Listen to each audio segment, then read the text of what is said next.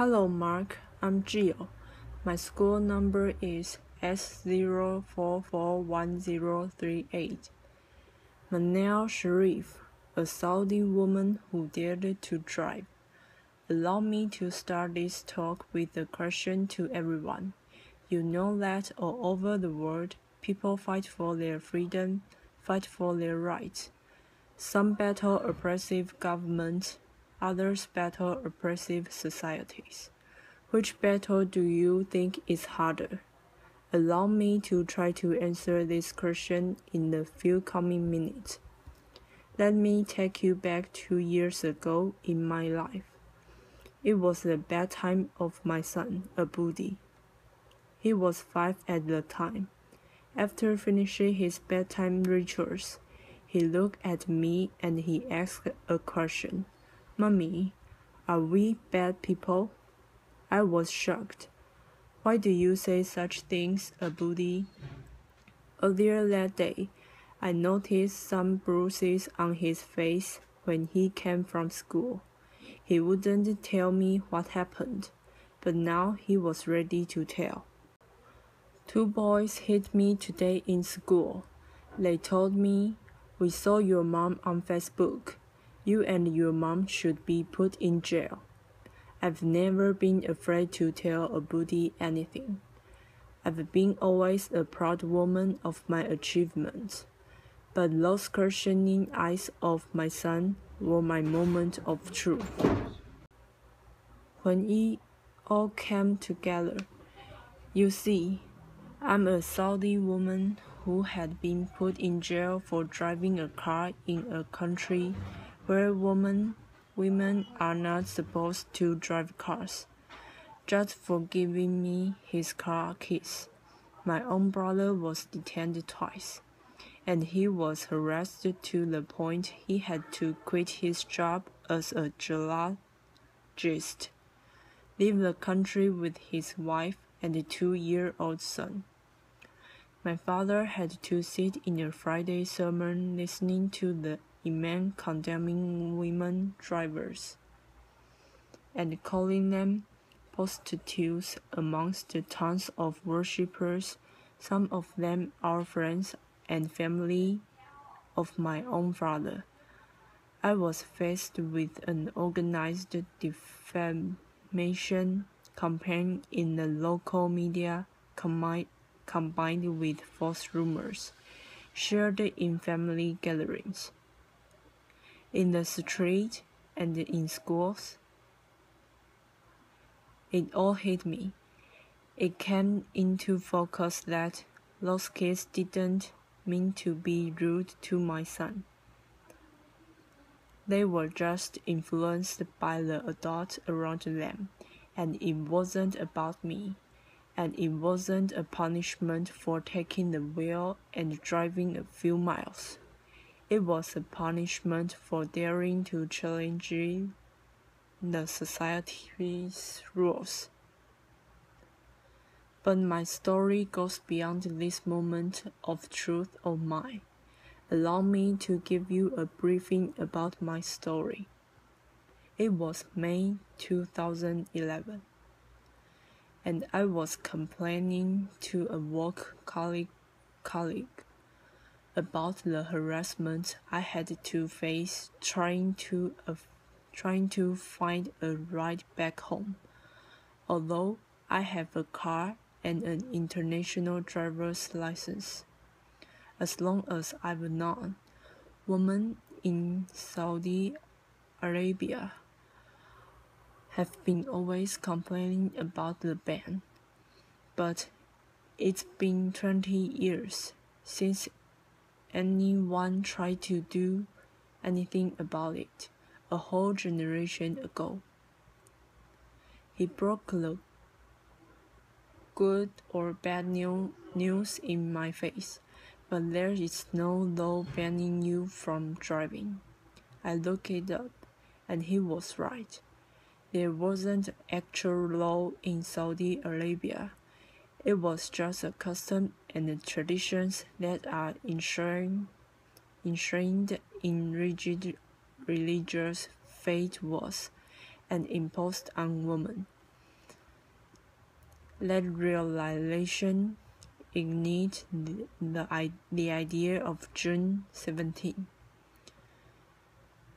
where we encouraged women to take the wheel and go drive. It was a few weeks later. We started receiving all these. Men wolves will rape you if you go and drive.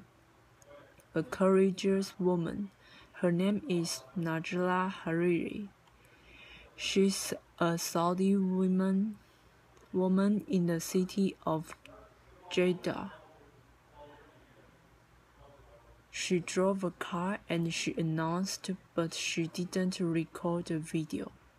We needed proof. So I drove. I posted a video on YouTube, and to my surprise, it got hundreds of thousands of views the first day. What happened next?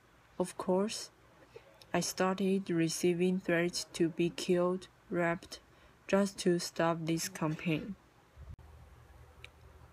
The Saudi authorities remained very quiet. That really creeps out. I was in the campaign with other Saudi women and even men activities. We want to know how the authority would respond on the actual day, June 17th, when women go out and drive. So this time, I asked my brother to come with me and drive by a police car. It went fast. We were arrested, signed a pledge not to drive again, released, arrested again. He was sent to detention for 1 day, and I was sent to jail. I wasn't sure why I was sent there, because I didn't face any charges in the interrogation. But what I was sure of was my innocence. I didn't break a law, and I kept my abaya. It's a black cloak we wear in Saudi Arabia before we leave the house, and my fellow prisoners kept asking me to take it off. But I was so sure of my innocence. I kept saying, "No, I'm leaving today." Outside the jail, the whole country went into a frenzy, some attacking me badly, and others supported and even collecting signatures in a petition to be sent to the king to release me. I was released after 9 days. June 17th comes. The streets were packed with police cars and religious police cars. But some 100 brave Saudi women broke the ban and drove that day. None were arrested. We broke the taboo. So, I think by now, everyone knows that we can't drive, or women are not allowed to drive in Saudi Arabia. But maybe few know why. Allow me to help you answer this question. There was this official study that was presented to the Shura Council. It's the consultative council appointed by the king in Saudi Arabia, and it was done by a local professor, a university professor. His claims it's done based on UNESCO study, and the study states the percentage of rape, adultery, illegitimate children, even drug abuse, prostitution in countries where women drive is higher than countries where women don't drive. I know I was like this. I was shocked. I was like, we are the last country in the world where women don't drive. So if you look at the map of the world, that only leaves 2 countries, Saudi Arabia and the other society is the rest of the world. We started a hashtag on Twitter marking the study, and it made headlines around the world. And only then we realized it's so empowering to mock your oppressor. It stripped it away of its strongest weapon, fear.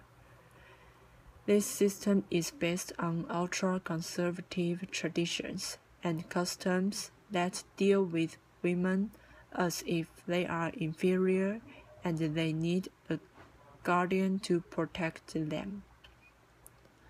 So they need to take permission from this guardian, whether verbal or written, all their lives.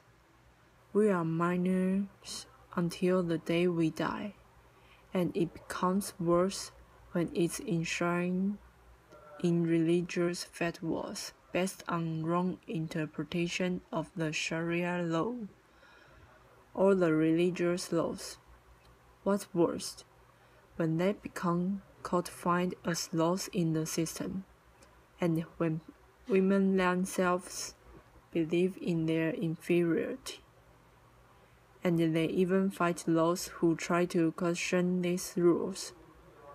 So for me, it wasn't only about these attacks I had to face. It was about living two totally different perceptions of my personality, of my person, the villain back in my home country, and the hero outside. Just to tell you, 2 stories happened in the last 2 years. One of them is when I was in jail. I'm pretty sure when I was in jail, everyone saw titles in the international media, something like this, during these 9 days I was in jail. But in my home country, it was a totally different picture. It was more like this. Manal al-Sharif faced charges of disturbing public order and inciting women to drive. I know, Manal al-Sharif withdrew from the campaign. Oh, it's okay. This is my favorite. Manal al-Sharif breaks down and confesses. Foreign forces incited me. And it goes on, even trial and flogging me in public. So, it's a totally different picture. I was asked last year to give a speech at the Oslo Freedom Forum. I was surrounded by this love and the support of people around me, and they look at me as an inspiration. At the same time, I flew back to my home country. They hated that speech so much. The way they called it, a betrayal to the Saudi country and the Saudi people. And they even started a hashtag called Oslo Traitor on Twitter. Some 10,000 tweets are written in that hashtag, while the upside hashtag Oslo Hero. There was like a handful of tweets written. They even started a poll. More than 1,300 voters answered this poll, whether they considered me a traitor or not after that speech. 90% said yes, she's a traitor. So it's these 2 totally different perceptions of my personality. For me, I'm a proud Saudi woman, and I do love my country. And because I love my country, I'm doing this. Because I believe a society will not be free if the women of that society are not free. Thank you, thank you, thank you, thank you, thank you, thank you. But you learn lessons from these things that happen to you. I learned to be always there. The first thing, I got out of jail. Of course, after I took a shower, I went online. I opened my Twitter account and my Facebook page. And I've been always very respectful to those people who are opening to me. I would listen to what they say, and I would never defend myself with words only. I would use actions. When they said I should withdraw from the campaign, I filed the first lawsuit against the Generation Directorate of Traffic Police for not issuing me a driver's license. There are a lot of people also, very big sport, like those 3,000 people who signed the petition to release me. We sent a petition to the Shura Council in favor of lifting the ban on Saudi women, and there were like 3,500 citizens who believed in that, and they signed that petition. There were people like that. I just showed some examples, who are amazing, who are believing in women's rights in Saudi Arabia and trying, and they are also facing a lot of hate because of speaking up and voicing their views. Saudi Arabia today is taking small steps toward enhancing women's rights. The Shura Council that's appointed by the king, by royal decree of King Abdullah. Last year, there were 30 women assigned to that council, like 20% of the council. The same time, finally, that council, after rejecting our petition 4 times for women driving, they finally accepted it last February. After being sent to jail or sentenced to lashing or sent to a trial, the spokesperson of the traffic police said, "We will only issue traffic violations for women drivers." The Grand Mufti, who is the head of the religious establishment in Saudi Arabia, he said, "It's not recommended for women to drive. It used to be haram, forbidden by the previous Grand Mufti. So for me, it's not about only these small steps. It's about women themselves." A friend once asked me, she said, "So, when do you think this woman driving will happen?" I told her, "Only if women stop asking, when, and take action to make it now." So it's not only about the system, it's also about us women to drive our own life, I'd say. So I have no clue, really, how I became an activist, and I don't know how I became one now. But all I know and all I'm sure of, in the future, when someone asks me my story, I will say, I'm proud to be amongst those women who lived the ban, fought the ban, and celebrated everyone's freedom. So, the question I started my talk with, who do you think is more difficult to face, oppressive governments or oppressive societies? I hope you find clues to answer that from my speech. Thank you, everyone. Thank you.